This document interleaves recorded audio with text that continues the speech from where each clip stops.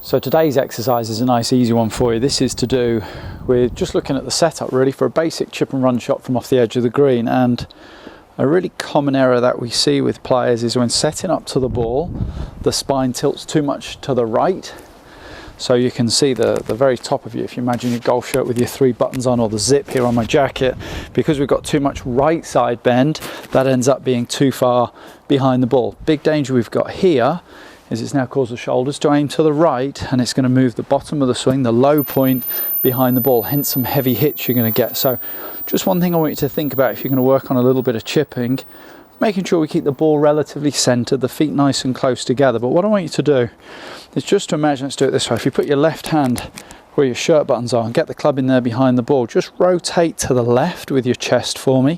So you can feel like this, let's call it the shark's fin, is pointing almost opposite your left foot for me.